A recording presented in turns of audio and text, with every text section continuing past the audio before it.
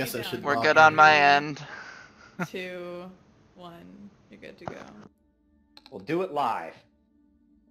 Thank you for joining us, everyone.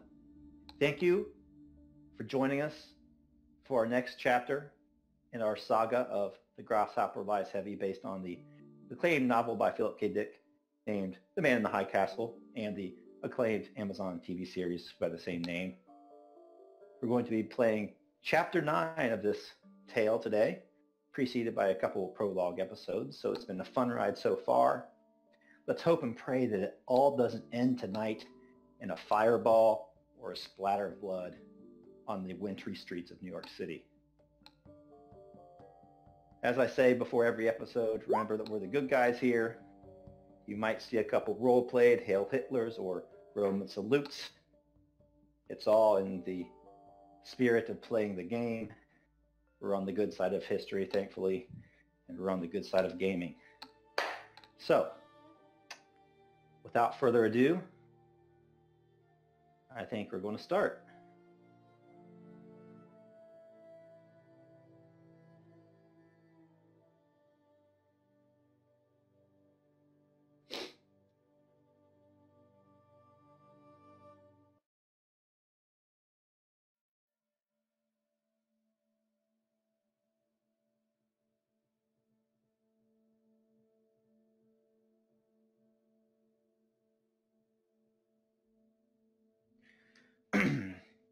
There were footsteps in the darkness. As Chandra Naidu was led down the corridor, he heard shouting from inmates. He tolerated the jeers of the imprisoned, who nonetheless put him down for his color, his origin. "Fuck you! Go back home!" He felt warm spittle on his left cheek as he walked down the hall. He heard more jeers. "Wait till the showers, brown boy! Hell Hitler! Gas that one quick!" What did they know? Small-time thieves, perverts, nothings. But Chandra was something, and his cell was no stranger to him. He had been in a cell before, and it was nothing short than the most miserable time in his life. And that is why, through some stroke of luck, or fate, or destiny, or whatever you believe in, as a rough GNR policeman shoved him into a cell, Chandra Naidu saw a face that he recognized from the frigid streets of Raleigh, North Carolina. The fortune teller. "Welcome," the older gentleman said, as the cell door clanged behind Chandra. "I thought you might show up here soon, and now we have time to talk." The Asian man turns, his wizened face upwards and to the right. Rays of first morning light fall across his high cheekbones. "We can talk for, at least a few hours." And the gentleman points to Chandra as he's forced into the cell. Come now, have a seat."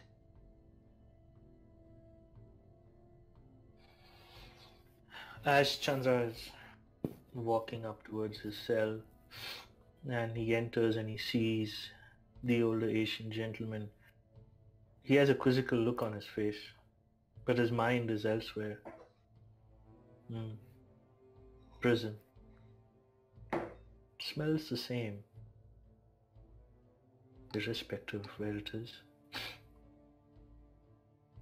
Chandra looks at his guards who pushed him in, smiles. Home. He turns around, looks at the Asian gentleman. "Curious to see you here, Mr. "Oh, I go by many names, Mr. Naidu, but you can call me Lao Zen. Yes, I think that sounds perfectly fitting for the situation, yes."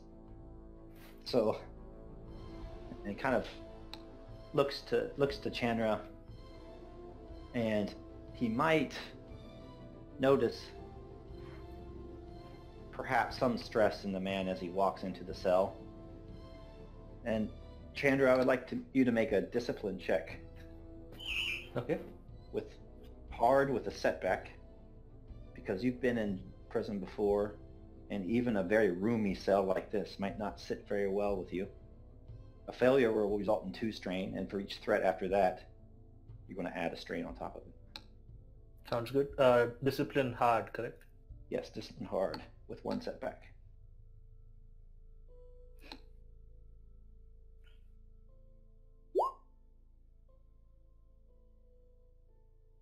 Ah, just a straight up success. So, RP how that feels as you maintain your composure and sit down next to Lao. As Chandra kind of, Mr. Zen, he is not sure what this man is doing here. North Carolina is a far place from this jail cell. He looks around, that familiar smell, the voices of the other inmates, jeers.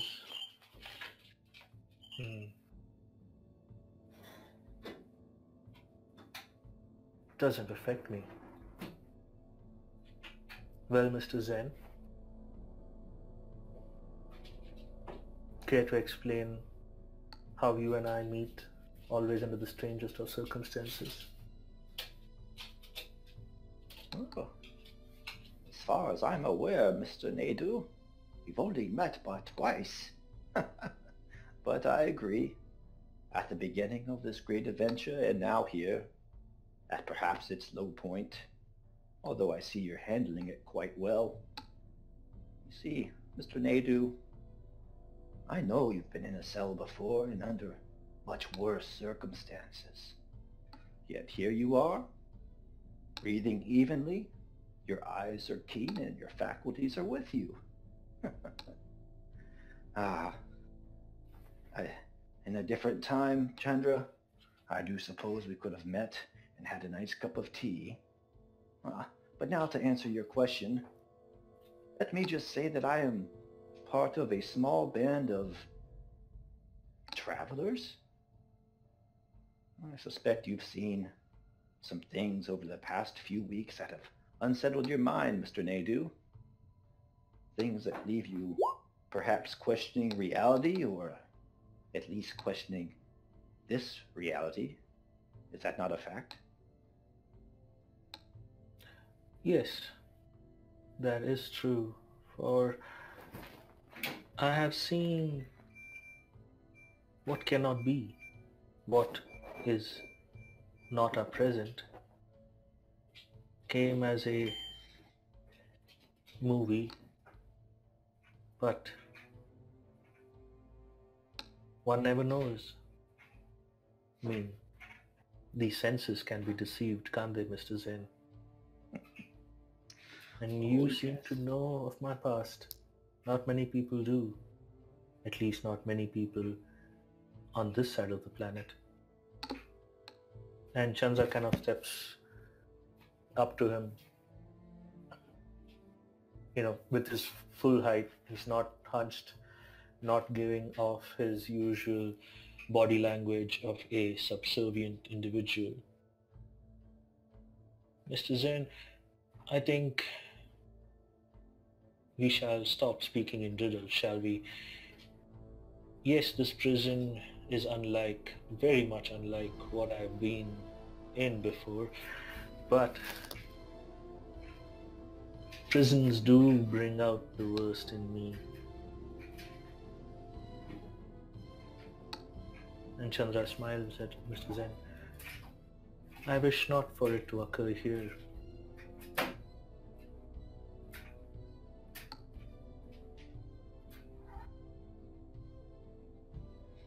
Well, if you insist on not speaking in riddles, well, as they say here in New York City, seeing is believing. I do suppose that seeing a film on cellophane, flickering pictures in the light, well, of course, Mr. Naidu, that could be fate, yes. That could be a ruse. Just another piece of propaganda for those opposing the Nazis. But seeing is believing, and I mean to make you a true believer, Mr. Naidu. And at that point, you hear footsteps down the hallway. And you hear, "Eeeeee!" You see two broad-shouldered, beefy guards open the cell door and say, "You there. You two. Come up with you. Your number's been drawn. It's the end of the line for you two." Chandra turns around to the guards. So be it. Mr. Zen, I believe we didn't have that long to talk after all. And Lao Zen just looks at Chandra and holds a hand out as if he wants to shake his hand. So, well, at least it's been a pleasure meeting you for these brief moments. But as they say, Mr. Naidu, and holds his hand out to shake, time is relative. Chandra kind of cocks his head to the side and gives him a quizzical look again, but extends his hand to shake Lao's hand. Time is relative. What an odd sort of words to say at this moment, Mr. Zen. Nonetheless, looks like my fortune didn't last out that long.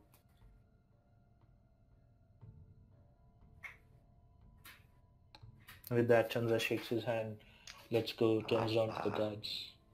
If I'm thinking, he says.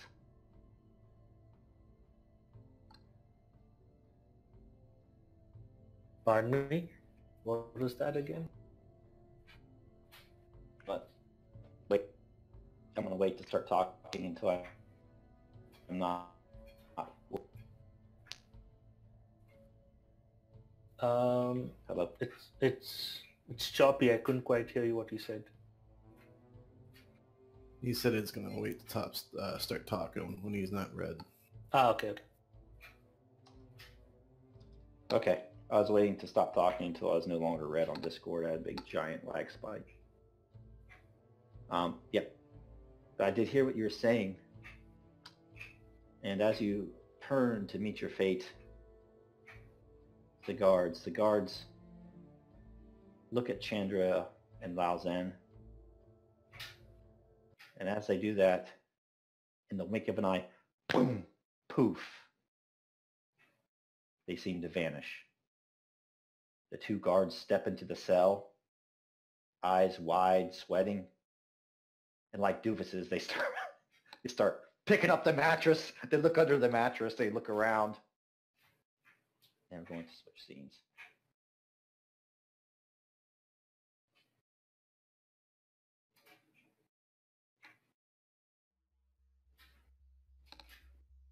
The next thing Chandra knows, he's under bright blue skies. There's wind in his air.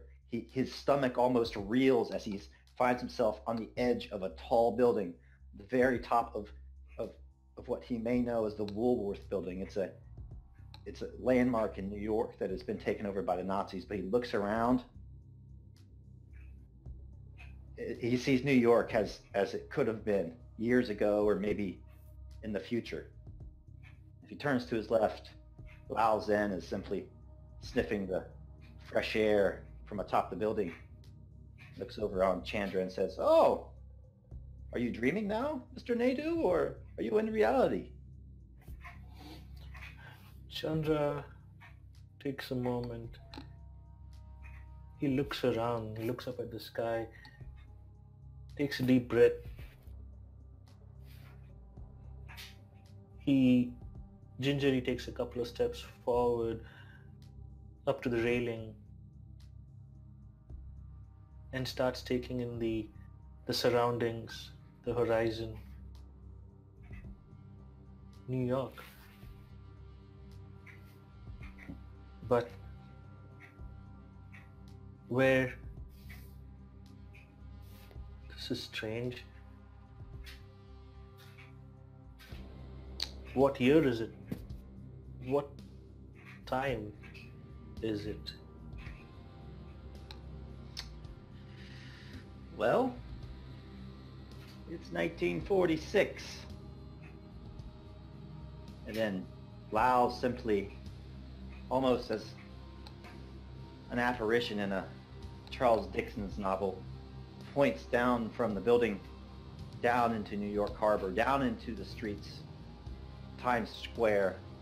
It's filled with people, filled with confetti. Sees warships coming home into the bay. Oh, it seems your team has just won the war, Mr. Naidu. But how can this be? The Nazis won. I mean, that's what we've been fighting for. 1946 you say? Indeed. And Chandra kind of shakes his head. 1946. And then Chandra spins around. Or is it, Mr. Naidu? And as Chandra spins around, just suddenly it's as if two giant skyscrapers have sprouted up in an instant. They're bright, gleaming, their glass shining in the sun. Down on the streets below, now he can see modern vehicles honking their horns, traffic lights, people going to and from work. Or maybe we're in 2001, Mr. Naidu. You see, before we left that cell, I did tell you that time is relative, and,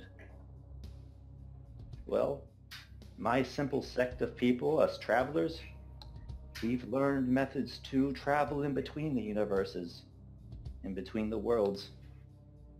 But we do also have a code of ethics, Mr. Naidu, and we use only such things to gain insight, to gain wisdom, to remember days that were and to visit days that are yet to be. But something very, very bad is going on right now, Mr. Naidu, and, well, I'm a doctor of sorts. And for these types of emergencies, sometimes there's need for a little interdimensional cement, you would say. Chandra looks at Lau. He then turns around and looks at the buildings. He has nothing in his experience that comes even remotely close to understanding what he's seeing. Buildings made of glass. Glass, steels, electric, coursing through them like veins carrying information at the speed of light, Chandra. This can be the future, if only you stop this Nazi regime. Although, I dare say there will always be evil in the world, Chandra. I just need to trust you to fight it.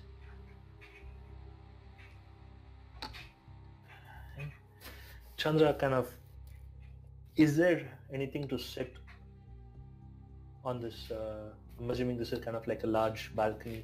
Yeah, it's like a large observation deck on top of the building. You're overlooking the Twin Towers there, so there's like some potted plants and some benches. So Chandra makes his way to a bench and he sits down, kind of holds his head, takes a deep breath. So you can travel not only through time, but through different realities. But how is that possible? Are you a god? Oh. There is many words for what we are, Mr. Naidu. Demons, gods, angels, highly technologically advanced intelligences. It doesn't matter what you call us, for there are no labels that apply to us, Chandra. We only serve to protect the cosmos. Unless you're hallucinating all this, of course. It very well could be. Perhaps that Nazi poisoned you before putting you in the cell. Perhaps this isn't real. But does it feel real to you, Chandra? Does it feel real? Like I said, we need to keep true to our cause, Mr. Naidu. We need to give you a reason to fight. Chandra looks around, looks at the potted plants. He carefully examines them. He sees one has thorns on its stem. He walks up to it and proceeds to prick his finger with the thorn, expecting nothing. What does happen? Do I see blood? Yeah, you see a small ruby of blood bloom up. This is no hallucination. This is real. This is humanity's future. There are many futures, Mr. Naidu. This is one of them. You are correct. And your cause is to maintain or control these futures or shape them towards good versus evil? My sect maintains a balance, Mr. Naidu. Although from time to time, certain civilizations tend to, well, overextend their reach. These National Socialists, these Nazis, these dogs, these haters of being, these negatives, they have discovered something that we only learned after many, many years of long contemplation. They call this dastardly device Die Nebenwelt. It's like a cancer. It's like a virus that infects reality after reality after reality, eating world after world, turning it all to darkness. It must be stopped, Mr. Naidu. And if we stop it, the Nazis truly lose. The reality, at least where I came from, ceases to exist. And the reality I saw in 1946, and this, which I am now part of with you, this becomes a reality. Freedom. Yes. Do not think that you will be able to wipe pain, suffering, and evil from the world, Mr. Naidu. That will always be there. But you are correct. You will make the reality of the Nazis losing come to fruition. And as he says that, you hear just giant fireball buffets Chandra, and he can feel the heat rolling off of it. And as that happens, there's another bright flash of light, and he finds himself in a jail cell.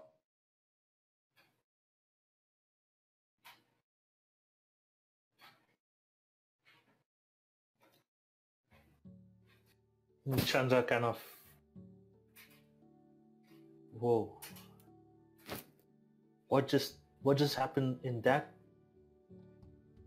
Did I actually see that building go up in flames? Wait, so where are we now? And who's that out there? As you turn to Lau, though, he's vanished. He's gone. And you're alone with someone that just kind of turns to look at you. And then that someone vanishes. It looks an awful lot like yourself, leaving you on the inside of a cell that's dark. So dark, so cramped. There's water to your knees. There's not room to stand up. There's not room to go to sleep. There's not room to do anything. And as you look down at your clothes, you're just in tattered rags. There are sores everywhere, Chandra. Your teeth are loose. You have scurvy. Your hair is falling out. Every joint in your body hurts. You feel like you're going to die. Give me another discipline check. Hard with 2 setback.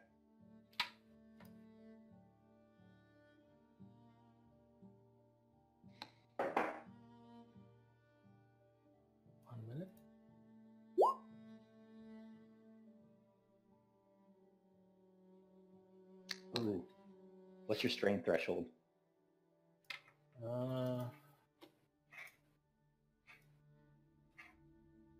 Strain threshold is at 14, and when I last played I was at 7. 2, 3, 4. 3, 4, 5. Give yourself 5 strain. Okay. Perfect. Nice. And RP how you feel as your heart starts to sink and you are possibly trapped in this prison for eternity. Chandra looks at his hands. I'm back. But how? Oh no, I'm back. Ooh. And Chandra forgets and he stands up instinctively and he slams his head, his neck and his upper back on the ceiling, then immediately crashes. There's a splash of water. You cannot see the water, but you can definitely smell it. Refuse from the prison just floats around him, and he kind of, before his head sinks down below the water, he kind of sits up. He's crouched on his haunches. Oh no. How did I get here? I escaped this place. This was behind me. What year? Oh. Stop. Breathe. He kind of looks around. The light's poor, he can't see anything. He starts tracing the walls. The cell's not too large, less than 5 by 5. He slowly gets up, sees how much he can stand. Before all he can manage is just a completely bent posture before his back hits the ceiling. But I escaped, Kalapani. I escaped this place. The British let me go. Why am I back here? Did I? Who was that? Did I just see? Did I die in this place?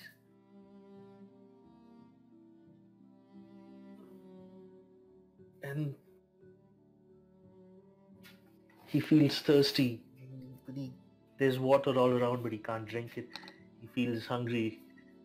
And then all of a sudden, all the images he's seen, everything he's heard, his head starts spinning. And he just ends up throwing up bile back into the water that he's currently sitting in. Oh!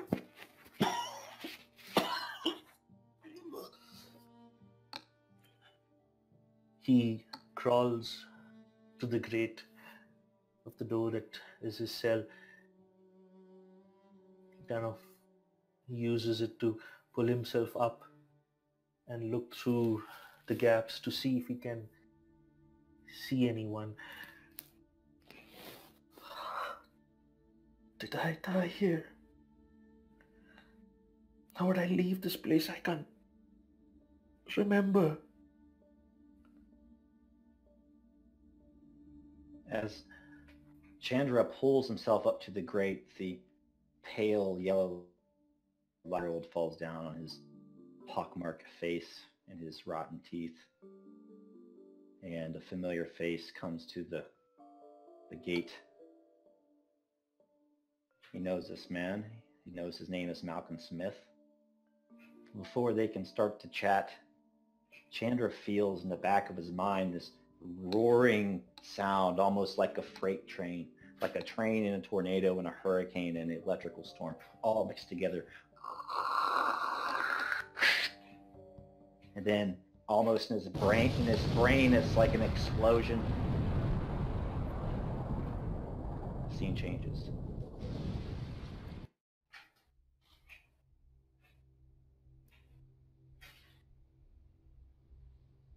Is that showing up for everybody?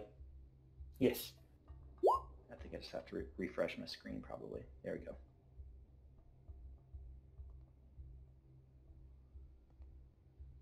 And so that scene fades out or flashes out and a brilliant white light fills the screen. And we're up in that familiar apartment. Officer Weber, Charles Davis, Francis, Henry Winters, and Ruth. Charles Davis's radio just goes off. Officer Davis, place is off lockdown now. You're free to move about. Tell the guests that we're sorry for the inconvenience. The offender has been dealt with, and quite harshly, I might add. Charles is gonna grab his radio, looking away from the others, clicking it on. All right, thank you for letting me know, sir. Glad you caught the guy.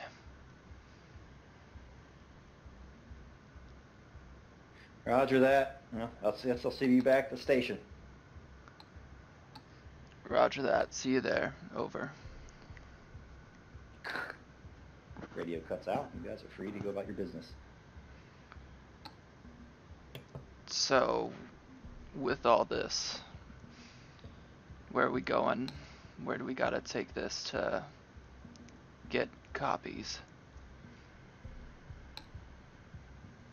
And I'm just kind of sitting on the shoulder of one of the couches on the armrest, hands in her lap. She's tapping left finger against her right hand, almost a bit worried about time.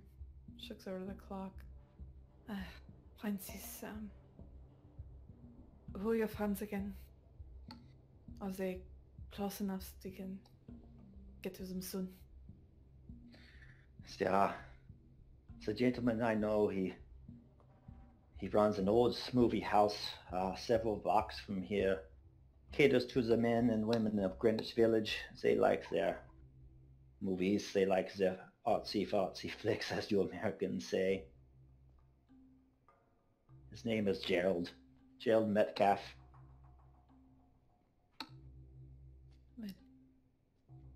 Ruth looks over to Officer Davis. Well, seems like Beanie took it as soon as possible. But I do not think that we could leave this building without your assistance. Well, as far as they know, I think the perpetrator has been taken care of. True. But they still can't technically walk on the streets. There's that demand from the Reich Marshal. We cannot go outside. Ruth kind of pipes up. Yeah, there is that edict.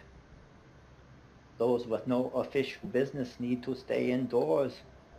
But I dare say, and she holds up the film canister, we do have official business, and you are my production company, no?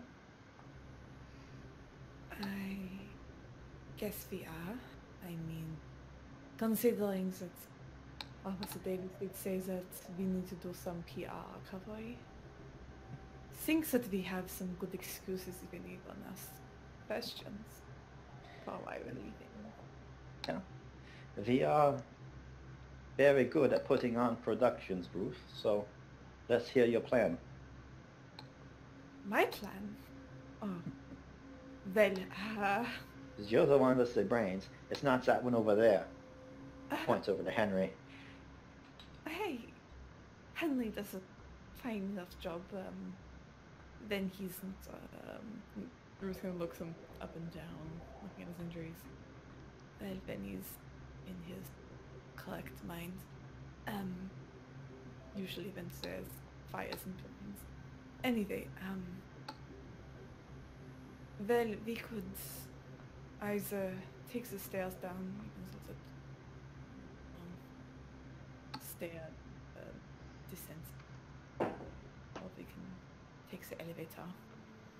Henry, maybe we make sure to extra bandage you up, especially up in a suit, one of the few that you brought. Then we can be with Mr. Davis, Officer Davis and Officer Davis, and leave the building. Officer Davis, I assume you can continue the booze with the other officers, saying that we have official business for tomorrow. If they do not recognize Miss Dietrich right off the bat, then you can explain to the dumb oafs who she is. Of course. I think I can handle that. And Henley, Ruth kind of gets up from the couch and walks over, putting her hands on his shoulders. Listen very, very carefully. Please do not draw any weapons out unless absolutely necessary. That is going to get us into much trouble, okay? Well, obviously that goes without saying. Maybe you can have a nap in the car. Yeah, that would be nice. Yeah, you are a bit tired. Tired is an understatement. Yeah. Ruth looks to the others. Has Officer Weber come back yet? Sure. Yeah, he's back. He's given the all clear. And Ruth packs up the film again, putting it back into the canister. Alright, well, I think we are ready. Hopefully we can... Not too many questions are asked. I do believe that you have enough pull, Mr. Officer Davis. I apologize. It's alright. Yeah, I think I can get you three around town without much trouble. Let's just try to avoid all the questioning and the stories if possible. Alright. Sounds good. Gets up. Dusts off her dress. And pats her hair down. Let's go. Charles Looking is by faces. Go ahead. Charles is gonna kind of stand next to Henry and pull out his flask of whiskey. Take the edge off. Like you read my mind. Take the flask and give it a good swig. While he's doing that, Charles is gonna light up a cigarette, kind of take a quick puff. Seems like you are in a little bit of pain. It'll help to dull that edge a bit. It'll be hard to explain if people catch wind that you're injured. That's only a minor. Couple holes. Yeah, nothing too big at all. It's not like you were shot or anything. No. I'm gonna take another swig and cap it up and hand it back to him. He's gonna put it back in his coat pocket. Alright, Officer Weber, could you meet us downstairs, grab the car, bring it as close to the front of the hotel as you can? Roger that, sir. It's been a pleasure working with you, if I dare say so, Mr. Davis. You're one smooth customer. Never thought we'd get out of here alive. Much less with our cover intact, sir. Yeah, I'm just glad that I've got a good partner like you to help keep all this on the down low. Keep us moving forward. Moving forward, sir. Aye, aye. It kind of gives a Roman salute. Fuck Hitler.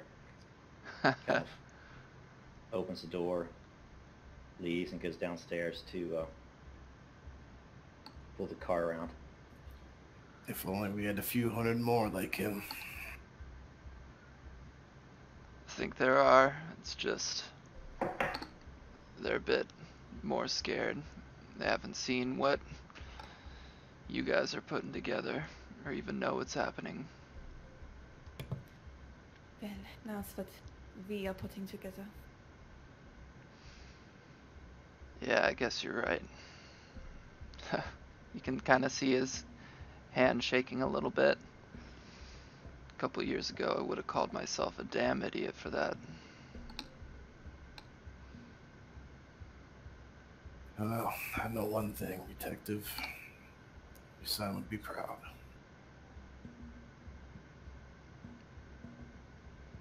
He blows out the smoke, and a long, kind of delayed breath, coughs towards the end. Yeah, I think you would. Let's start heading downstairs. Stick close.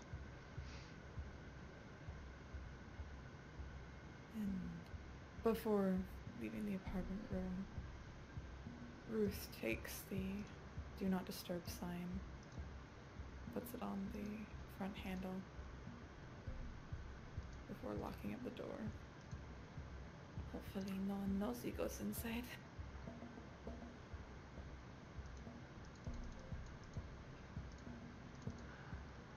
And with that, I guess we go to the elevator. Yep. So, as they start to walk to the elevator, the scene's going to fade out and switch again, and we're going to jump back in time 5-10 minutes to just before you heard that last gunshot and the hotel was cleared for business again. Chandra Naidu, as you saw that old familiar face, close on you in that jail cell, that roaring in your mind got louder and louder, and seemingly from the future, a giant explosion went off in your brain. You now found yourself part of a throng of people, a crowd that's been gathering outside a crime scene, outside a hotel in down New York. I don't know how relieved you are, but your scurvy's gone, your joints don't hurt anymore, your hair's not falling out, and you are dressed in the manner befitting you. As you come to, you're disconjointed. You just see a GNR policeman kind of holding everybody back. You heard the right, Marshal. You're all supposed to be inside. There's nothing to see here. There's nothing to see here. And as he says that, you see kind of out the corner of your eye an SS trooper holding at gunpoint a rather portly man with mutton chops. And he takes him outside of the hotel and stands him up against the wall. And he goes, "We got them right here. We got them right here." He just puts him against the wall and just mows him down. And Chandra, you can see just blood splatter against the hotel, and then a lot of the policemen start to laugh and jeer, and they kind of get on their CPs, kind of giving the all clear to the hotel. But the crowd, Chandra, is just, a little bit unruly, but they don't want to mess with the SS. How does it feel to be pulled out of that jail cell? Chandra kind of closes and opens his eyes a bunch of times. He is not sure where he is, what day, time, year, and now what reality is he in. He nods to the officer's order and he steps away from him, tries to look around to see if there is a nook that he can just stand, not be observed, maybe under some awning, by some closed shutter, behind a small wall. He looks around. While he's doing that, he sees the man with the mutton chops being pulled out and gunned down. Does he recognize the man? Does he recognize anyone? At the same time, he looks at his hands. He touches his teeth, his gums, slowly touches his hair. He looks at the clothes he's wearing. Am I really back? But where is back? Where is this place? And he starts like a wild animal that is caught in the cross, the headlights of a oncoming vehicle. He starts, his eyes are like wide and he's looking around, looking for something that would jog his memory, something that would give him a sense of location, time. And you see, you are indeed, Chandra, you are corporeal. You can feel your fingers, your feet, your teeth. You swallow, you breathe in the winter air of New York. It's the morning time, bright air, and the sun is bright in the sky, although it's frigidly cold. And it's like the hand of Providence has plucked you out of that pit of suffering and plopped you down right here where you need to be. Looking up, you see the hotel that you're familiar with. It's the hotel that you've been spending so much time with Ruth and Francis and Henry. It's the hotel where Alan Dietrich was shot and that entire production went down. Chandra takes a moment. He sees the hotel. Oh no. But I saw them leave. I left the hotel. This can't be. They left with the body. He looks around. If he sees someone that is a little bit amiable, he would ask them the day and time, not the year. He doesn't want to kind of raise any suspicion about him. Yeah, there's an old lady that has a bag of what looks to be produce that she's kind of has hidden underneath her trench coat. You can see like a marble rye sticking out of it. She says, "What are you, some kind of lunatics? December 30th. It's 9 a.m. Get a watch, son." She kind of walks away. And if I remember correctly, Alan was murdered 29th, correct? Yes. Okay, so it's the next day. Yes. They left in his car. I bundled all the sheets in the room, threw it over to the next building. Then I left with Abel. Yes. Left with Abel. We were gonna meet. Who was we? Who? Why can't I remember? Abel. I met someone. They were gonna do something for me. They agreed. And then it was past curfew. And kind of Chandra shakes his head again. Yes, there was a police officer who saw me, questioned me. I jumped the gun. Yes. And I made my way to the precinct, thrown in jail. Met Lau. Yes. Okay. And then Chandra kind of shakes his head again. Okay, it's starting to make sense, I think. I need to get into that hotel. But how? He looks around. Is the entire hotel cordoned off? Like all approaches to the hotel cordoned off? It is. Totally cordoned off. As you look around, we're going to switch back to the elevators, and they're coming down. So you go into the hallway, take the elevator, you go down to the hotel lobby. I guess you're going to leave. You can RP. What's that looking like as you walk outside?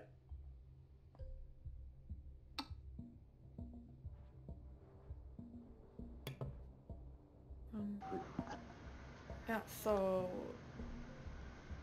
as they're kind of going down the elevator, looks to Officer Davis. Sylvia, kind of following your lead at this point. We'll follow you out, but if anyone asks questions, you will have to field some of the answers. Is that alright with you? Yeah.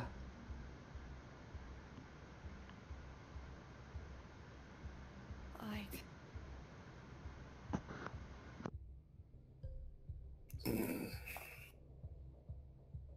So if you're going to go ahead and walk out, I mean, what's happening is Officer Weber has the car.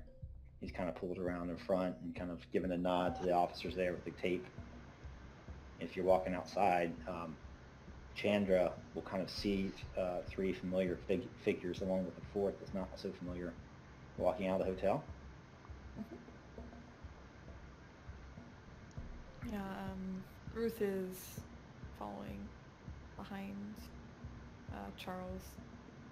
She's kind of arm in arm with Henry, occasionally checking over to see how he's walking. He's looking alright. Henry's sweating bullets. Alcohol wasn't enough to take some pain away, but he's feeling it and he's trying to act like everything's fine.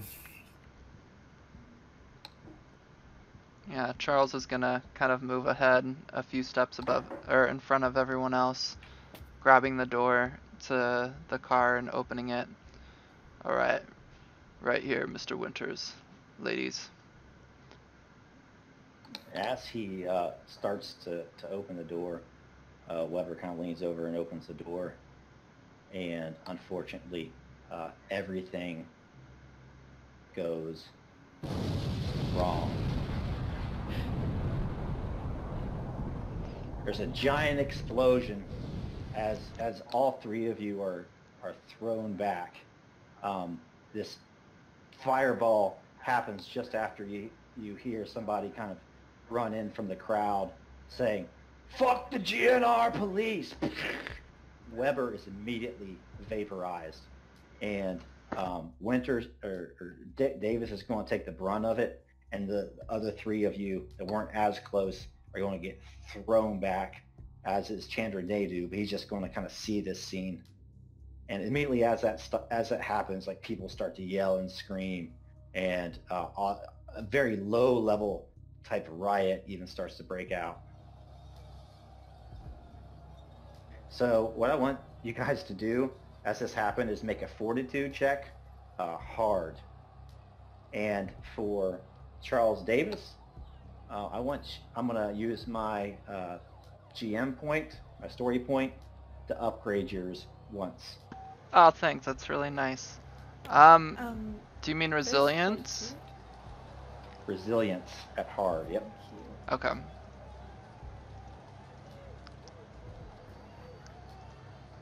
And it's not a setback, right?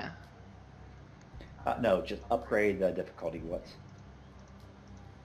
Well, hell, this is gonna turn into something. Oh no. I think I need to use. Just die. Yeah, you use a story point. I'm one away. Use that story point.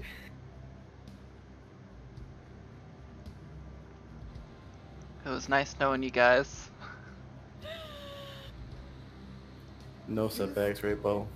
All right, Ruth. No setback. Ruth, you take 2 wounds and 5 strain. Oh.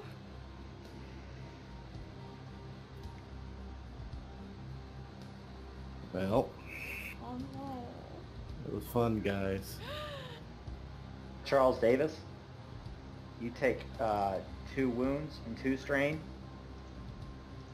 Actually, only 1 strain. Somehow you're going to like duck, like you're going to somehow get covered by the door or something like that when this happens.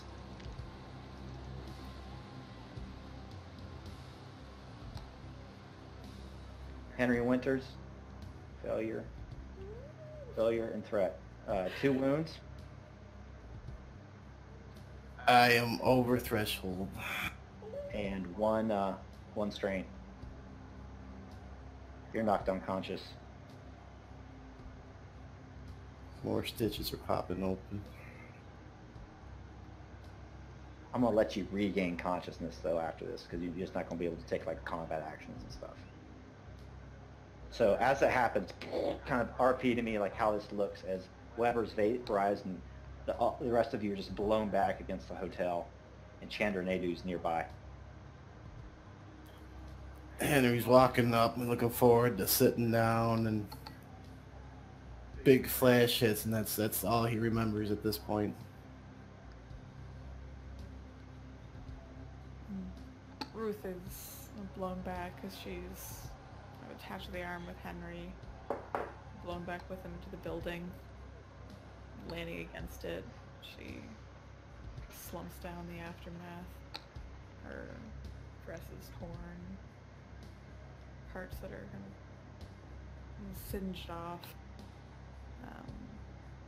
And part of her hair is, some of her hair is a bit singed, and eyes closed, coughing. What? Henry? She's looking around, sees Henry beside her. She leans down. Henry? Patting his face, trying to get him to wake up. Henry, you wake up. Oh. His eyes flutter open.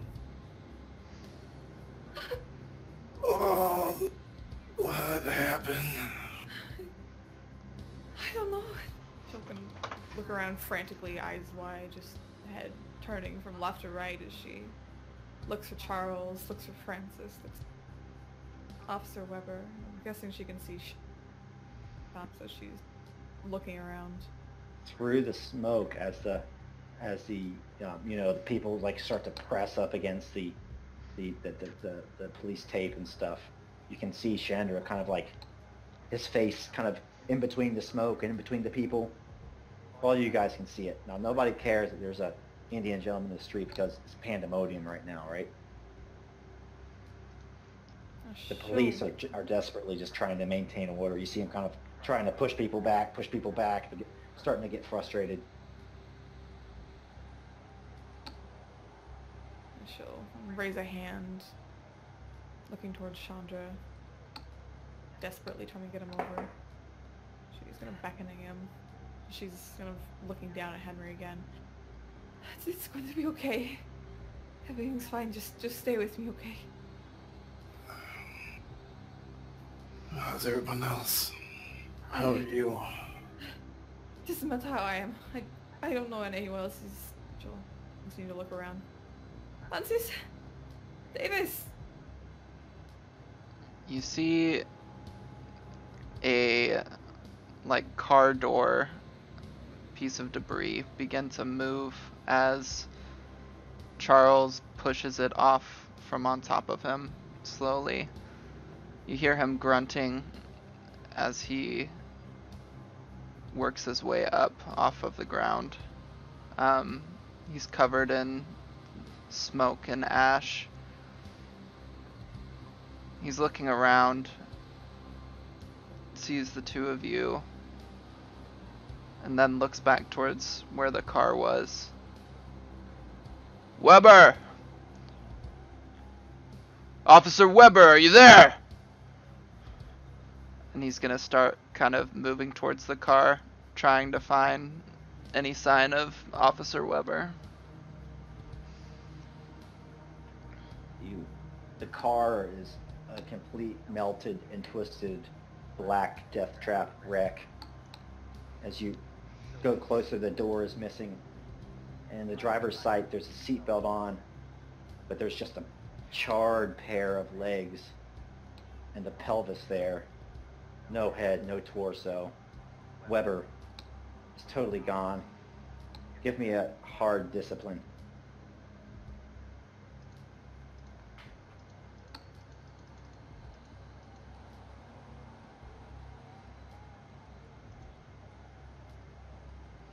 Three strains.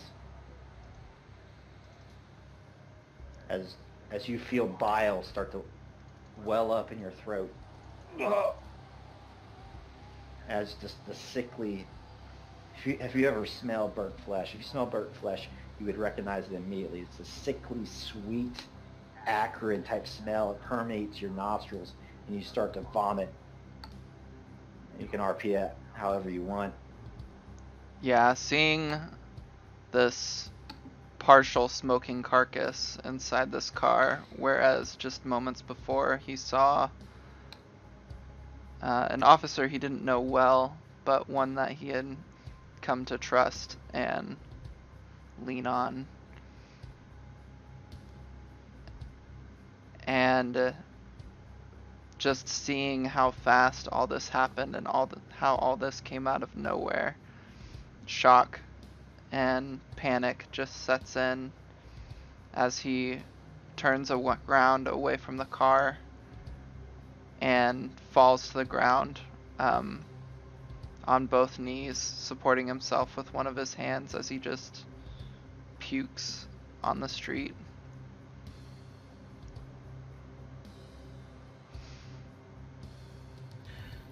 Chandra, just a moment ago, the old lady was talking to him.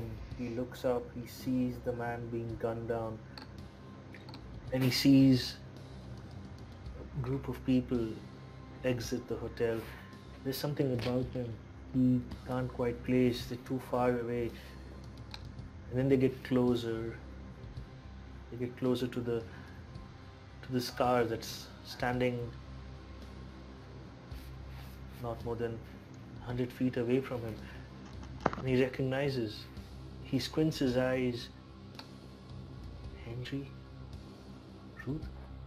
Francis? And his heart sinks. He sees there's an officer that's already in the car and somebody that looks like another official that's bringing them down. The body language is off. Are they in trouble?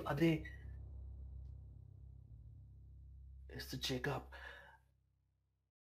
And while he's trying to process these thoughts, he sees someone run up, scream, throw the firebomb. He blinks. He clenches his teeth. It reminds him of his past. That person vanishes. The car goes up in flames and he sees his friends being blown back. He takes a moment as the smoke slowly clears. He sees Ruth beckoning him. She's seen him. He looks around. Is there a way through the mob to them? Yeah, there is. There is, and the officer, everybody, just the worst tragedy ever, that the person who threw that bomb or whatever it was thought it was just the police, it was just, did not know. It's just an unhappy accident that happens. But you could get through the throng of people as they start to press in on the officers. There's even a couple of the civilians that are throwing some punches at the officers, and that's when you kind of, one of them using restraint pulls his pistol out and shoots one of the civilians. But overall, the crowd is fairly well maintained, but you're able to kind of push through. Around where the wreck was is just covered in smoke, so you guys are not drawing attention necessarily. Chandra makes his way around. He kind of jumps out of his skin when he sees the civilian being shot in cold blood. This is not good. This pace is gonna go up. And he makes his way around. Ruth, Henry.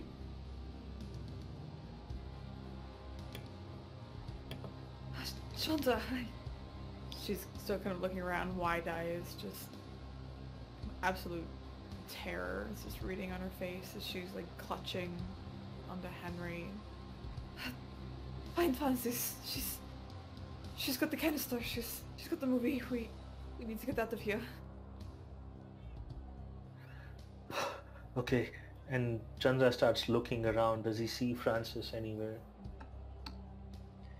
Francis was blown back against the plate glass window of the hotel. She slowly regains consciousness. She has a laceration kind of at the hairline of her blonde hair, and a single ruby trickle of blood streaming down to her right eye. But she looks around and says, I'm okay. I'm okay. And she gets to her knees first and then staggers towards the rest of you and looks for others for leadership. Chandra looks around. He sees Henry.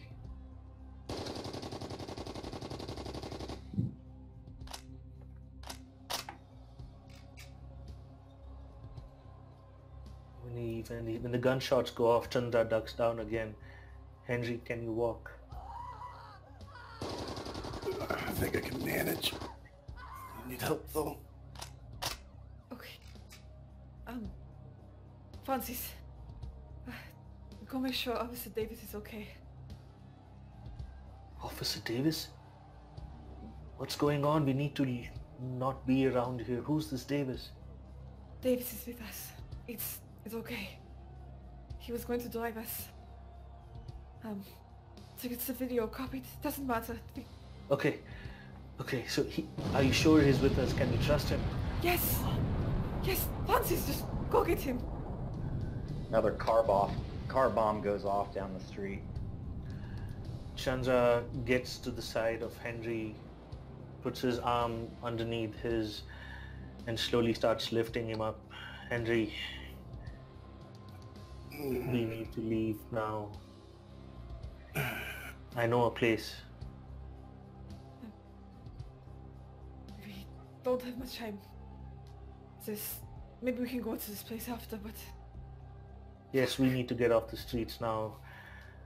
I fear, I'm not sure yet, but I may have set something in motion with the boys back from the bar. I don't know if it's them, but if it is, let's leave. We've got a lot to talk about. We don't have too much time to talk. We need to go get this film copied, then we can talk. It's only a few blocks from here. She's gonna get to her feet and help Chandra with Henry putting an arm around his waist. Well, whatever we need to do it now. Where's Officer Davis? Francis! Francis kind of follows you. She steps in line. She's not injured that badly, and she starts to help with Henry. Go Go get Officer Davis and Officer Weber. She staggers over to Davis, looks into the car, and then looks back to Ruth and just shakes her head. Shit.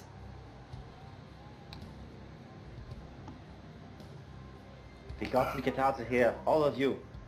Go, out of the chaos. Figure out what to do after that.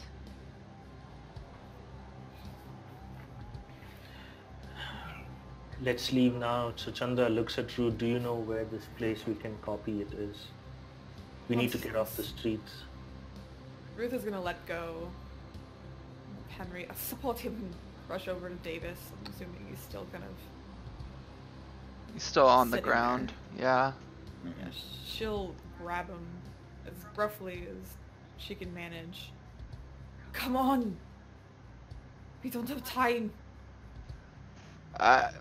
We have to get Weber. Where's Weber? I'm sorry, Davis. I'm sorry, he's... She kind of glances into the car. Back at Davis. We need to go. I'm sorry, but we can't help him. Come on. You're kind of having to drag him along as he just seems to be in a state of shock as he keeps asking what happened, where's Weber, and he doesn't really seem to have a firm grasp on what's going on right now. Ruth has kind of got both arms wrapped around his right arm and she's pulling. She's looking to Francis. Like you said, there was a few blocks from here, so... Lead, woman. Francis wipes the blood out of her eyes and goes to the sidewalk, takes a few steps and breaks out into a slow trot, turns left at the first corner. Come, come, this way, follow me, follow me. Chandra takes a lot of Henry's weight off his feet and starts walking a little faster, making it easy for Henry to walk. Stay with me, Henry, we are close. You're going to want to listen to what I have to say once we get there. Stay awake. I ain't going nowhere. Not yet, at least. Ruth, Yes. are you there? At this point, Ruth's kind of running off adrenaline. Eyes are wide. Just she's shaking. She's pulling Davis along, but she's trying to keep up as best as she can. I'm here, Chandra. Stay close. And with that, Chandra turns down the corner where Francis asked him to turn.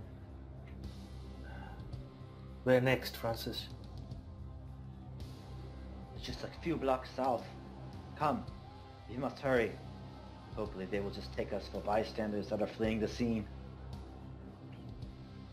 Hopefully. Chandra quickens his pace a bit. Henry would see that there is sweat rolling down his face. Chandra's heart races.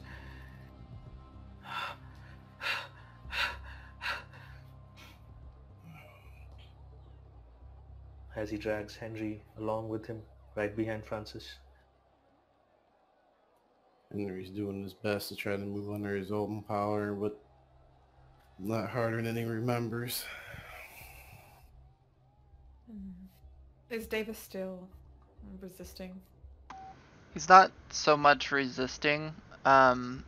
He's starting to snap out of it a little bit more and is following along.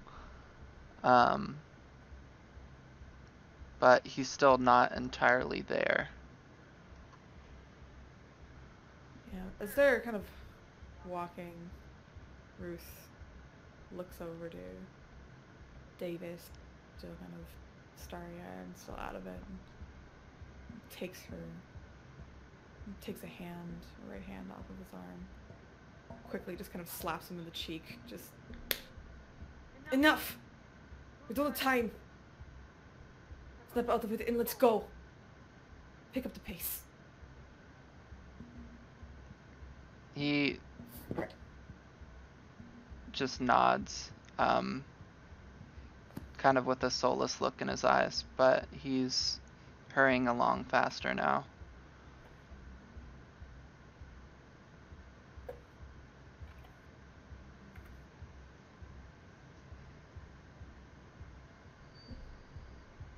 Make sure to keep on Henry and Chandra's heels, following them closely. As you go further and further from the scene, you hear further explosions and like more machine gun fire and screaming, but it gets further and further away, and eventually you hear sirens, more sirens, and the oppressive presence of the GNR, like white cells flowing to an infection, puts down that little tiny insignificant rebellion. And eventually you find yourself a couple blocks away. The sun is still shining. The snow on the ground has partially started to melt. And Francis says, "Here, just across this intersection. Gerald's film house is right over here." She crosses the crosswalk and comes up to what looks to be like an old movie house. Starts to knock on the door. "Gerald! Gerald!"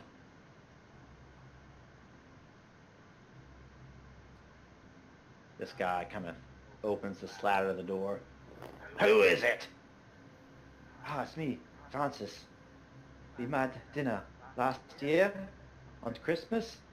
You showed my new film at your house." "Oh yeah, I know the type. No, we're not open."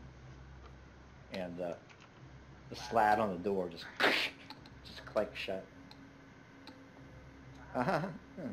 Francis just kind of looks back at you guys and says, I suppose we don't look so presentable?" And Ruth still kind of has that gun with her. She debates on taking it out or pushing past. "No guns." You said no, just kidding. Kind of pushes past the rest. Takes a closed fist and kind of just bangs on the door. Gerald again opens the door. "I said we're closed, you bitch." At that point, Chandra, if he's close by, he's gonna let go of Henry a bit. And when the door opens enough for Gerald to show his face, he is gonna put his foot through the door and kick it hard open. So just RP how that looks as you guys barge into this old movie house. So as as Ruth knocks, Gerald puts his head out and screams at her. Chandra lets go of Henry quickly. I'm not sure if Henry's be able to stand, but he rushes up, and as Gerald is about to close the door after screaming at Ruth, Chandra's foot connects and he slams both doors open. Pretty sure it hits Gerald in the nose when that happens. Goes back and passes him in the nose. And, "Ah! God damn it, you're gonna pay for that." Yeah. Everybody in, quickly. Ruth kind of grabs Henry as Chandra just kicks open the door, grabs her around the waist. "Come on." She ushers him inside.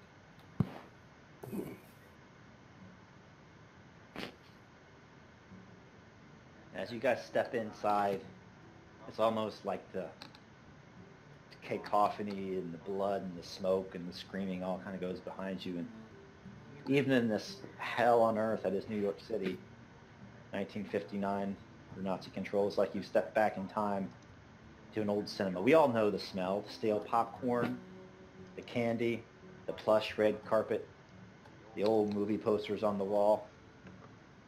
Metcalf kind of has his nostril and says, "God damn it, Francis! What the hell have you gotten me into?" She just kind of shrugs and says, "I will let them speak for me. You've gotten yourself into something, yeah, it's big. It's very big. It's very big." And Francis goes and shuts the door. Outside the door, she turns the sign around that says closed. I think I need to sit down. Okay. Ruth will look over to Gerald. We need you to make copies of a film we have. It's a very important film. And she'll have look to see. Do you have a couch or something? Yeah, like there's like you know, there's long plush benches kind of there in the lobby of the old cinema. You can sit on that. Yeah, she'll call Henry over to one of those and gently sit him down. Thank you. You're right.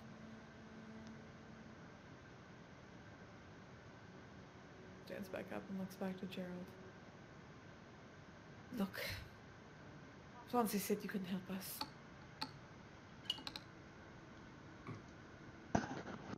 If all you need is for me to copy some tape, some film, well, you have an odd way of coming over here asking for it. Jesus Christ, I know you're not telling me the whole truth, and I know that I'm going to end up in the slammer before this is over with. God damn it. I know I should go home. My wife, Judith, says I should sleep at home. I've been sleeping here. I should have been home. He starts to mutter back and forth. I guess the sooner I can copy this film, the better. Where is it? Let me have a look at it. Let me have a look. Walks over to Frances, taking the film from her, handing it over to Gerald.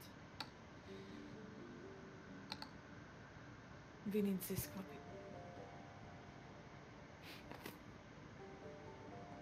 Gerald looks at it, looks over to Chandra, looks over to Henry and Officer Davis, who probably have soot all over them and blast burns. I don't know what's in this film. He looks at the canister. The Grasshopper lies heavy. I'm guessing it's more than some sort of kinky porno film. Yeah, you can say that. Francis, why don't you come into the film room with me? Give me some sort of explanation. I want you bastards out of here as quick as I can.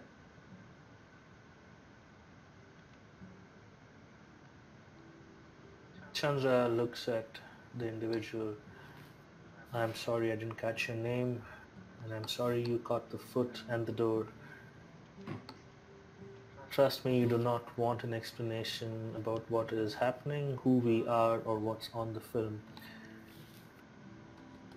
If you would be so kind as to just make a copy and forget about the whole incident, I believe that would be beneficial for your health."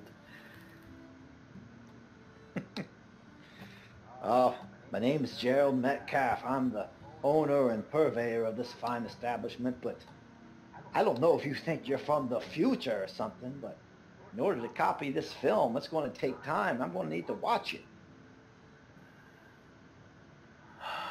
You have to watch it. Is it not on a machine that you can set it to copy and walk away? No, back then it kind of has to play. I mean, I guess you could walk away, but it kind of has to play and like be recorded and dubbed that way. Sure, but does he have to be in the room when it's playing, like on the screen? He's going to want to be in the room. Okay. Well, in that case, I guess we do owe you an explanation. Let's begin with the copy, Mr. Metcalf.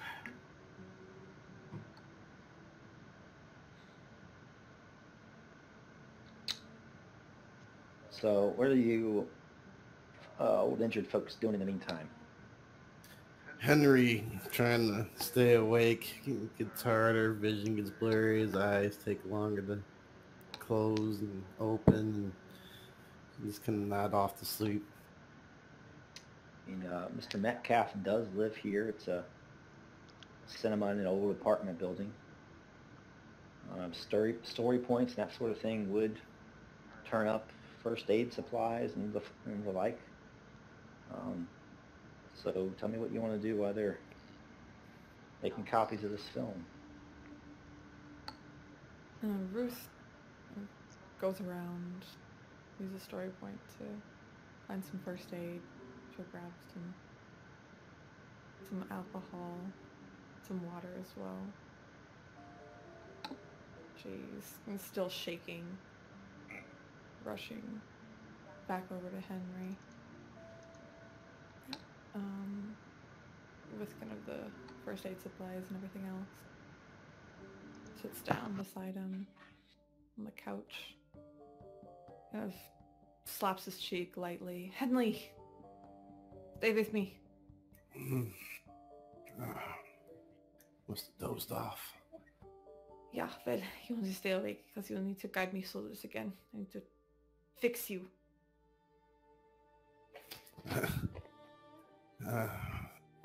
He's got kind of a little smile.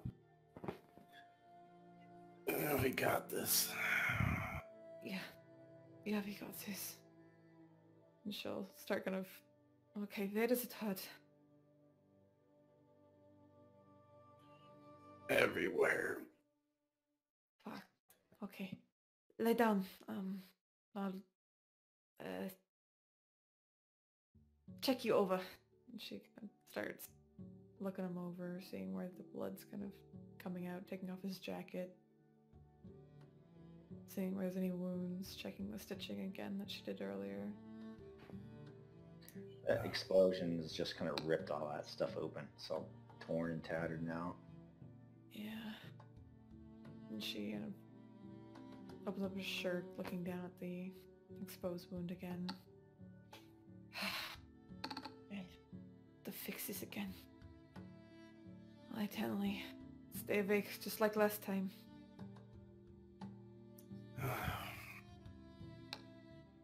Well, did a good job last time. I think we could do this again. Yes, we can do it again.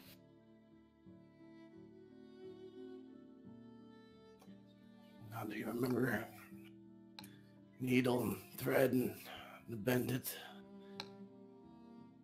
Yeah, I think I can do this again. And she'll take out the alcohol, sterilizing the needle, and she'll pour some of it on the wound before handing it back up to Henry. Bye. It's alright. A little unexpected. I must have said that was not the most gentle. She'll lean down and take out the needle and thread and start repairing them up again. All right. It looks like it's going to be a hard check according to this table. You have supplies, so you get a boost die. But I'm also going to do a setback because he's already, like, this is the second time he's had to be patched up. Well, third time in total, but second time the stitches have been ripped out. So it's hard with the boost and the setback. Okay. This is... I'm so sorry. Fail. 2 threat. You guys didn't use a story point? No, I thought it'd be fine.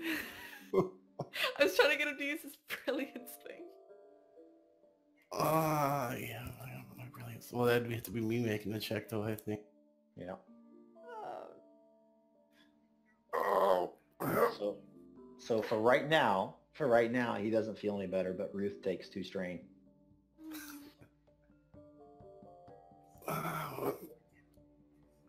It's okay. Sorry. Here, give me the needle.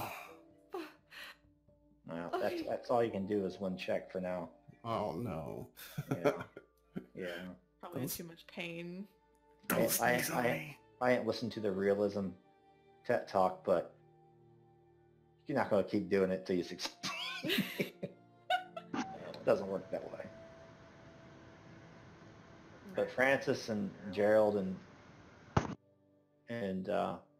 Chandra and Davis are back in the film room, and he's kind of turning on that film. I won't show the footage again, but it's starting to dub. The first run through of the tape finishes, and old Gerald Metcalf, he likes his snacks, salty, sweet, or otherwise, and he has a thing of popcorn that he got from his popcorn maker, and he's handing it to the rest of you guys and saying, "You guys look like you're a little famished. Might as well enjoy ourselves as we watch this." Good production value. Whoever put this together, they knew their special effects. Am I right? Yes, Mr. Metcalf, and Charles is gonna pull out his badge. I hope you understand that this is a private matter for the state. We're gonna need you to keep quiet about what you see here.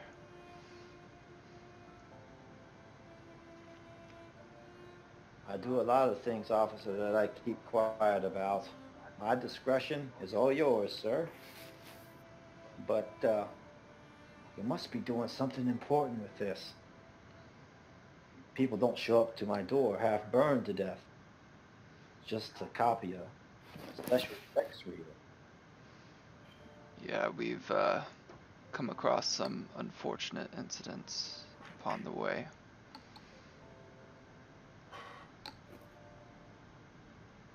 Mr. Metcalf, what you see is a movie. Take it as is. Do not read much into it. When you're done copying, forget you ever saw it. For now. All right. Like I said, my discretion is all yours. The sooner I can get you out of here, the sooner I can go back to my nap.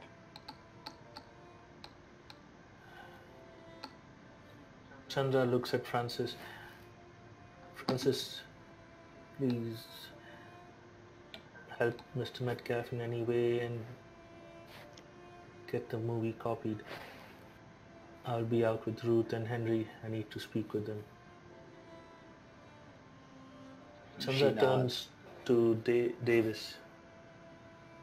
Well, I don't know who you are or how you're involved. But for now, I'm unclear even if you have helped or harmed. But you're here with us. You have seen the movie. Chandra is kind of not sure. My name is Chandra Naidu. I'm a friend of Ruth and Henry. You are?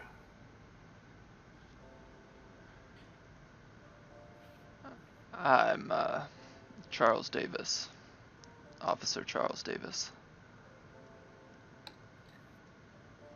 Officer Charles Davis. Well, since you have seen the movie and you've seen what's happening around and you are here with us and we are not yet under arrest, you might want to join this conversation as well that I'm going to have with Ruth and Henry. It might interest you too.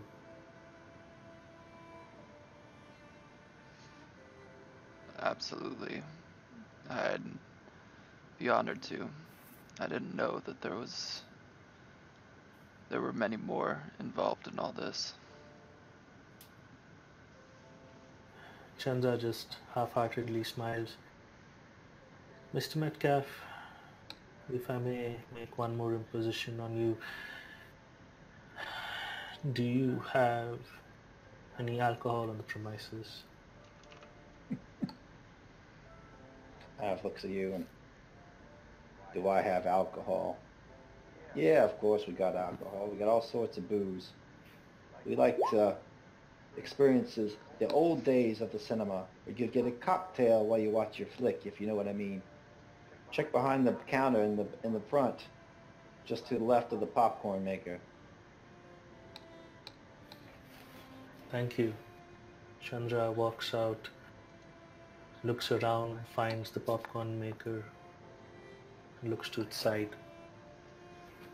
Assuming there are multiple bottles.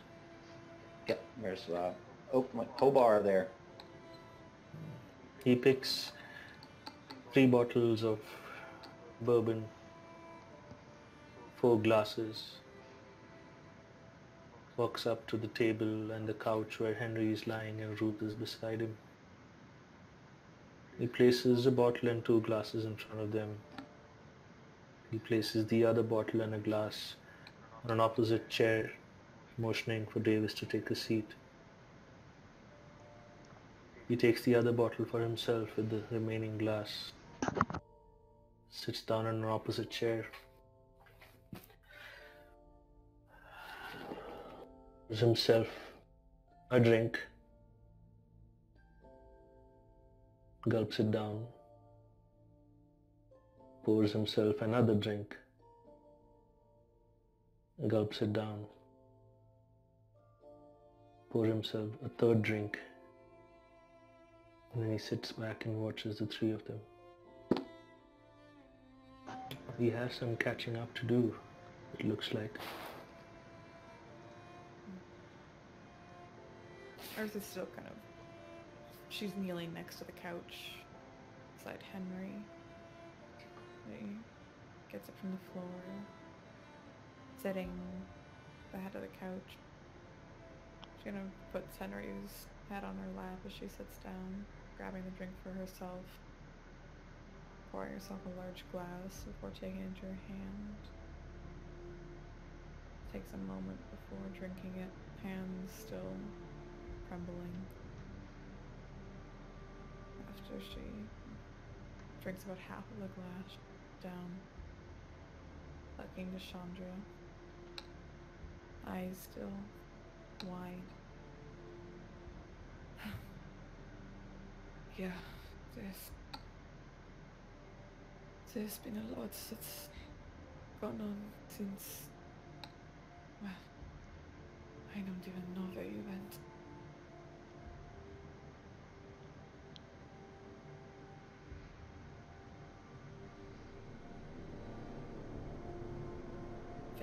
Where did you go, Chandra?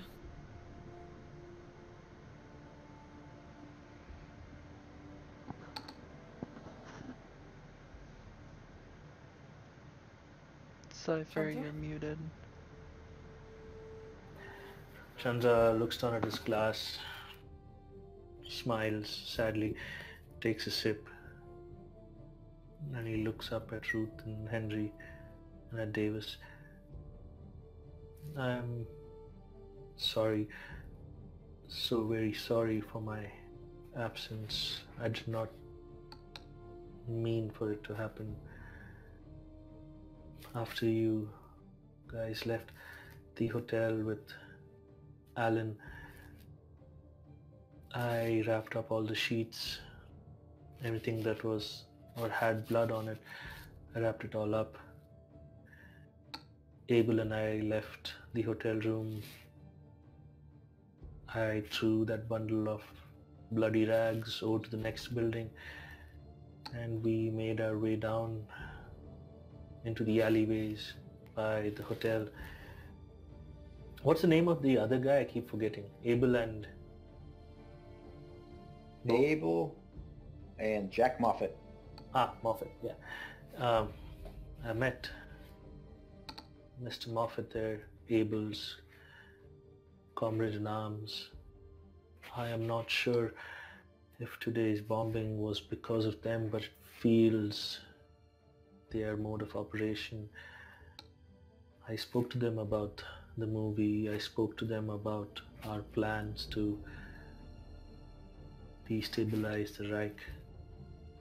They were going to reach out to the network and start causing unrest. They were going to put that building on fire.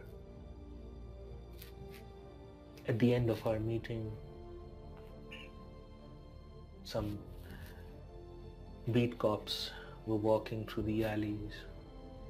They would have come upon us. In an effort to keep everything going, I had Abel and Jack make their way in the shadows while I stepped out of it. I misjudged the officer and I thought I could knock him out. Well, he knocked me out. I was taken to the precinct and processed. And then something very curious happened. Chandra gulps the third drink and pours himself the fourth. He looks at Charles and Ruth. He looks at Henry. Are you awake, Henry?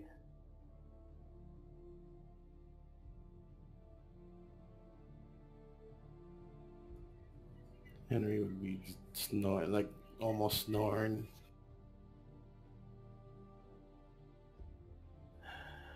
He kind of reaches over and pats your shoulder. Henry, you want to listen to this? Yeah.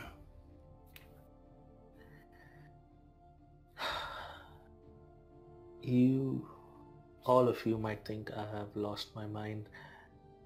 And believe me, I thought it till I saw you guys again. But I know what I've seen and experienced is true. Do you remember that old Asian man who was reading fortunes outside that bar in North Carolina? Yeah, the nights that we all met together. Mm. Yeah. Well, he was my cellmate for a brief moment. Yes, the same old man from North Carolina was in my cell in New York. It seems he is more than just an old Asian man. I believe he or someone that's part of his group brought that video, that movie. It is true. Everything we saw in there is true. It's how do I put this? A different reality. He said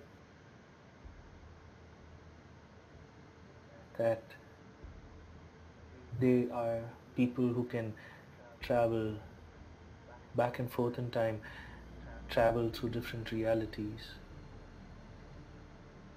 Are you with me so far? It is strange, but it explains some of the things we've seen.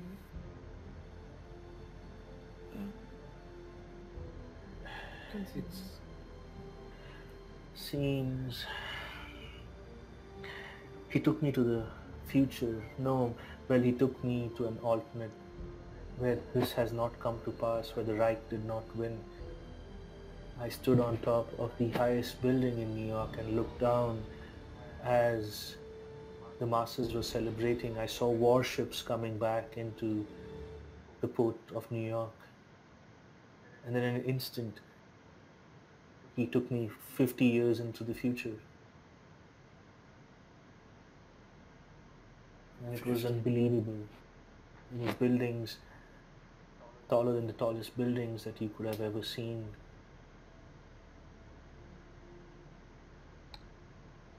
years. Yes. I don't know how. They have some power that allows them to travel in time, travel to alternate worlds where things have come to pass that should not have passed, with things that should have been, will be. It is a strange experience. I've been back in my own past. I've been through my own hell and back. They did that to just prove a point that everything I'm telling you now and everything I was told is absolutely real. But why? Why would they go to all these alternate realities, to our reality, and try to change it to be more like theirs? What's the point? There's got to be infinite, right? On some level you are right, Officer Davis. But you see, I've come to believe that our reality is false. It was doctored. It was forced. The Asian man spoke of a contraption, a machine that allowed them, that it's the Nazis, that allowed them to force this future, force this present existence, force it when it would not have been. And it seems this very act of them doing this very use of that contraption seems to be, what is the word he used? Polluting the timelines, causing chaos and further untold destruction in worlds and universes we can't fathom. And Chandra says that, and he kind of just crashes back into the chair. And you can see, like, for the first time you would see, like, as he's talking, you can see the strain that Chandra has gone to. He's pale, his breathing is ragged. There is sweat pouring down his brow, and you'd see that his hands are shaking as he's recounting the tale. He pours himself a fifth glass of that bourbon and swallows it whole again.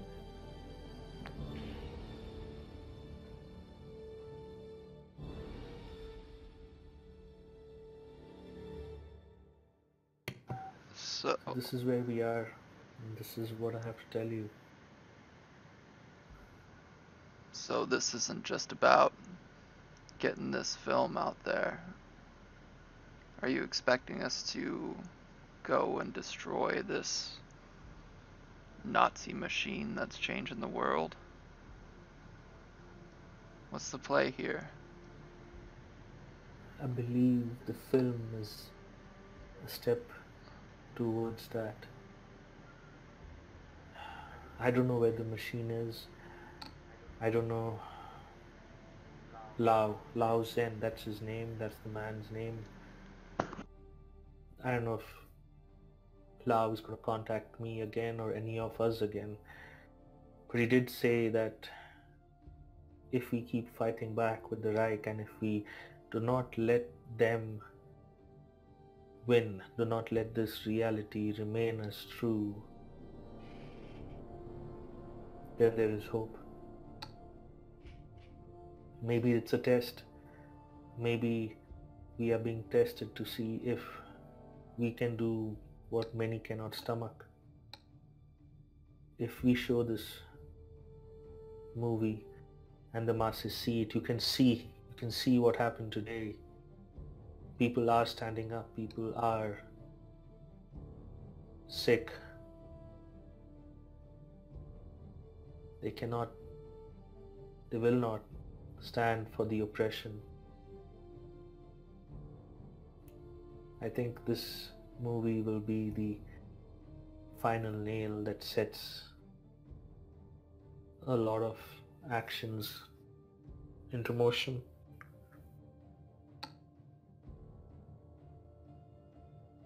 It sounds like we are playing but one part in the greater scheme to try and get this reality back on track.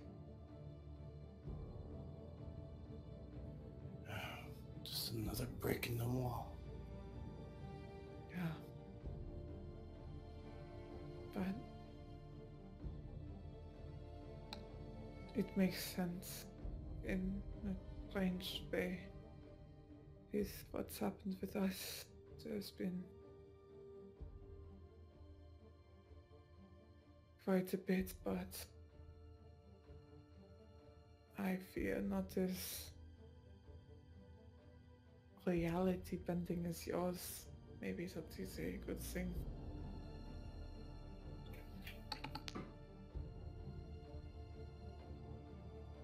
Ruth takes another drink of the bourbon, finishing her first full glass before pouring herself another. Alan Dietrich is apparently not dead anymore. Yeah. And apparently on our side. At least I think. Chandra raises an eyebrow when you say that. We left the hotel, got into the car, put Aline in the trunk.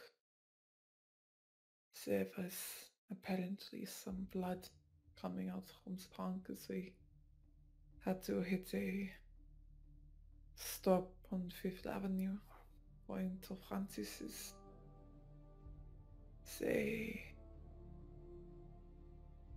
found the blood, called us out of the car. Henry tried to take out the police who stopped us. I drove off with Francis in the movie, hearing Alan's body banging in the back still easily. Once was a checkpoint. Henry, I thought was gunned down, but as you can see, he's very much alive. And Francis and I, we escaped the police, not without, unfortunately, some casualties. Ruth's hands shake a bit more. She takes another drink, putting it back down. We finally outrun them. I stopped hearing the body banging in the back, while Francis went somewhere I don't know. I went to Central Park, and as I got out of the car and I looked to the back, there was no blood anymore. There was no body in the trunk. And as far as I've heard from both Henry when he got back to me and Officer Davis here, Alan Dietrich was apparently walking around, happy as can be, getting into the car with them, and is apparently a completely different man from the one that, well, the adult Alan anyway, that drunkenly attempted to shoot a man in the hotel room, that was trying to play Russian roulette, that he shot in the bed. But this alternate reality, if there are infinite funds and they are real and able to access them, then that is where this Alan, at least one of them must have come from, this alive one anyway.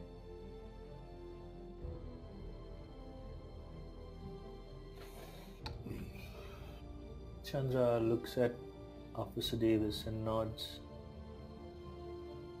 Thank you for helping my friends.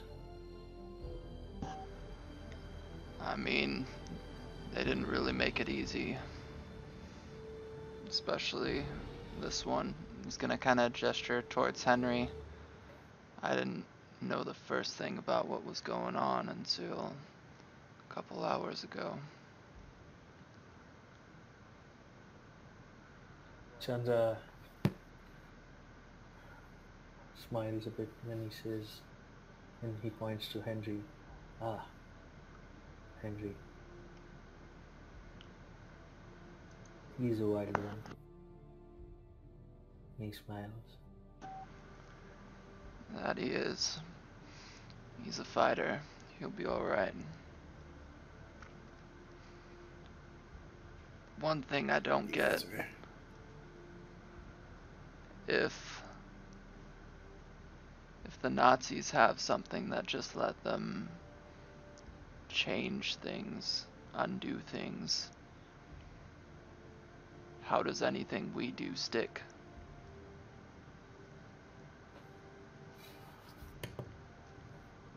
Maybe different realities are formed. Maybe this one just keeps going as it is. Any things they try to fix, try to change, creates some sort of new pathway, almost a fork in timeline. So things that we've done so far, there could be many different timelines, maybe with us in this room, maybe with only 3 of us, 2 of us, 1 of us, still trying to accomplish the same thing, but this machine is nicht gut. Chandra kind of raises his hand. Let us not worry about all the possibilities. It will paralyze us. We don't know how this machine operates, if it is constantly running or the Nazis have to command it, control it specifically. For now, we may not even know if they know about this. The streets may have an uprising, but they've seen those before and they might crush it. They might be thinking that it will be crushed. I believe that is why we need to work in the shadows as much as possible.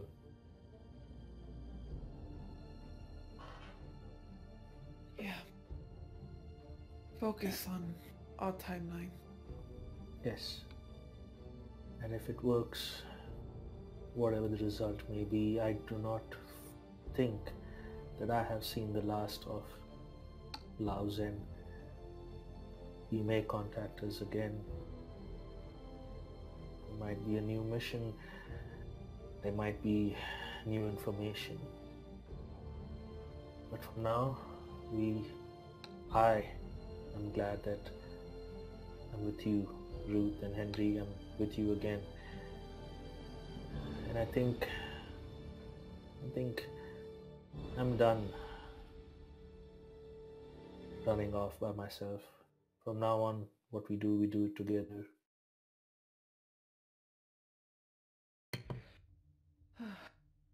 Good. I'm not Good. entirely sure I'll be able to stick around 100%. Think I may have to keep my cover up at headquarters as best as I can for as long as I can. Well, after tomorrow evening, once that movie is played, if all goes well, there most likely will be riots in the streets, people up in arms, hope brought back into their life. We are assuming that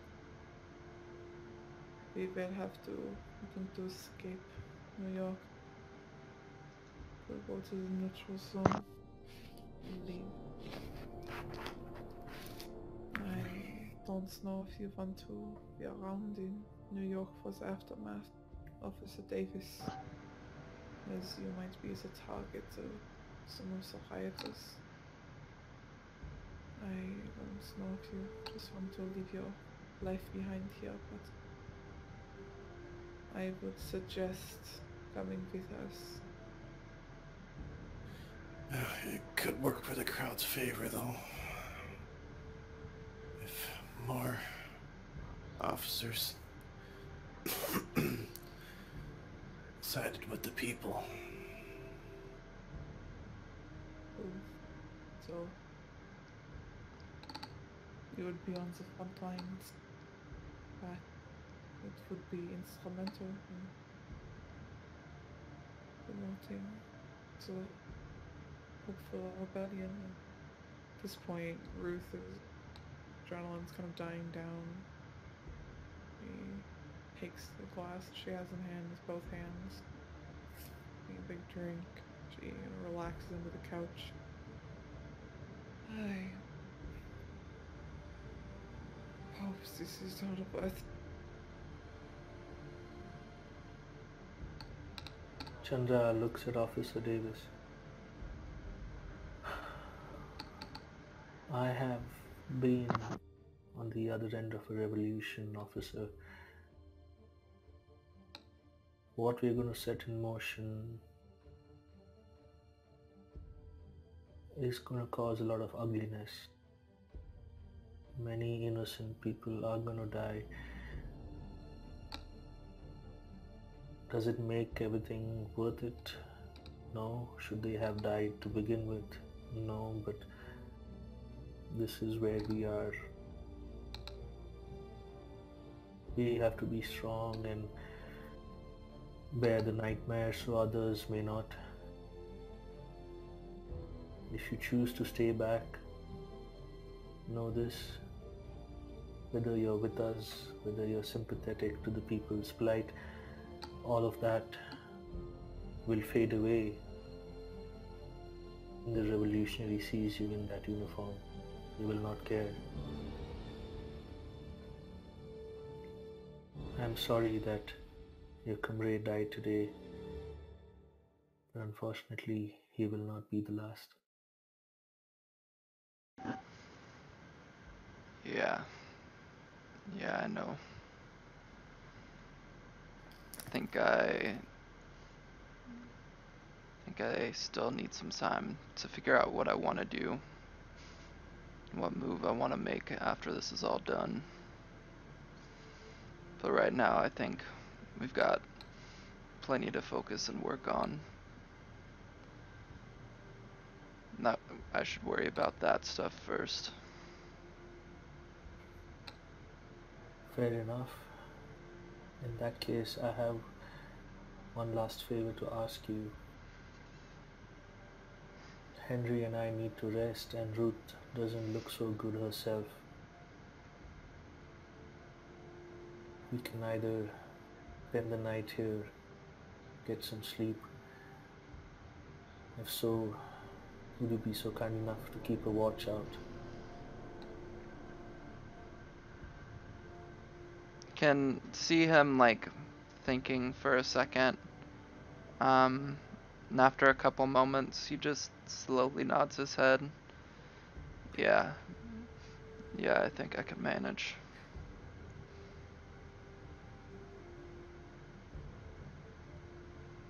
And Chandra lets out a sigh, nods his head. Thank you. As you say that, Francis and Gerald emerge from the film room.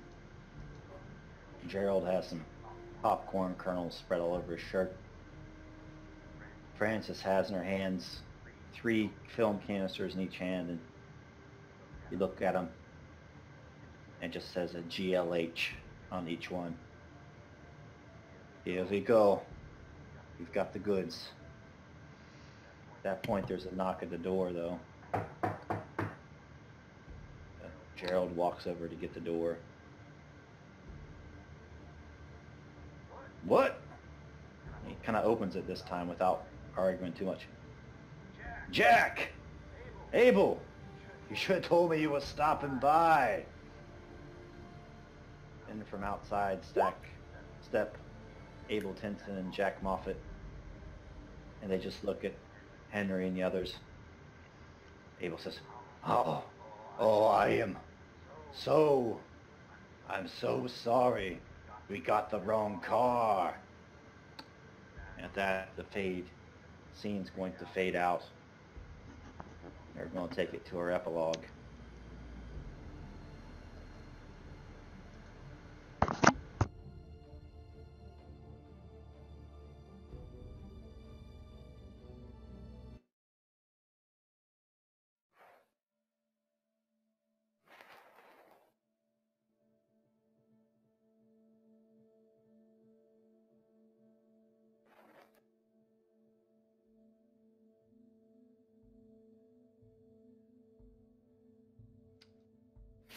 Elsewhere in the city, all is not still. While blood still boils in the street, Heinrich Himmler ascends into the high tower of the SS in an elevator. The little man has a demonic grin on his face as he enters the Reichsmarshal's office. John Smith and Alan Dietrich turn to greet him. "Hail Hitler!" they announce in unison and look at Himmler. "To what do we owe the pleasure, Herr Himmler? Certainly this can't be about the disruption near Times Square. It was nothing. Over and done with." Himmler seems ecstatic for some reason. No. This is about something much more important. There's a pregnant pause as Himmler narrows his eyes further. They look like 2 peas peeking out from behind thick, horn-rimmed glasses. Die Nebenwelt, it is operational. We have recovered souls, Reichsmarshal. We have torn souls from one world and placed them in our own. The Führer's power will soon know no bounds. Both John Smith and Alan Dietrich look at each other, worried creases on their faces. Himmler then smiles. Come now. Don't look so misbelieving. Even hell did not want one of these individuals, it seems. Himmler laughs at his own joke. The other is more angelic, and no doubt would have soon been given wings. Come.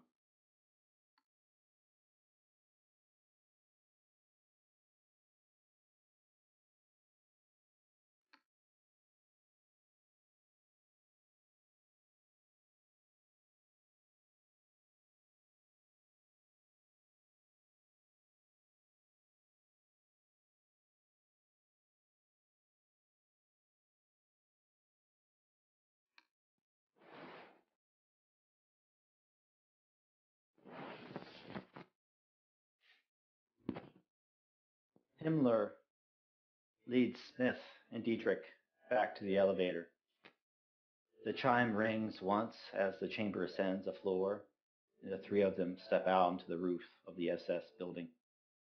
Below them, dusted in snow, is frozen New York City. The wind buffets them as Himmler calls out.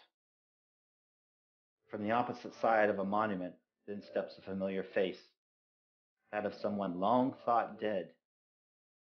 Colonel Hans Alda.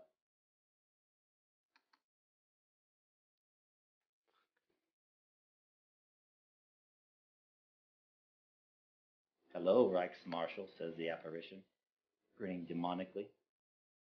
The next figure is more familiar to John Smith.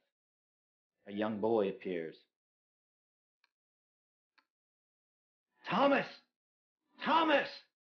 The Reichsmarshal rushes to his son, even as a gunshot rings out. Spinning, he sees a newly resurrected colonel slumping to the ground. A bullet hole in his head like a third eye. John Smith then turns, grabs Hitler by the lapels. "What did you do? What in heaven or hell did you do? You will not take it away from me now." Then, with a shove, he sends Himmler's form over the edge. Smith and his son watch as the Nazi leader falls, smaller and smaller, until he hits the street below and blooms in a star of red. And we will fade to black at that point. What? What?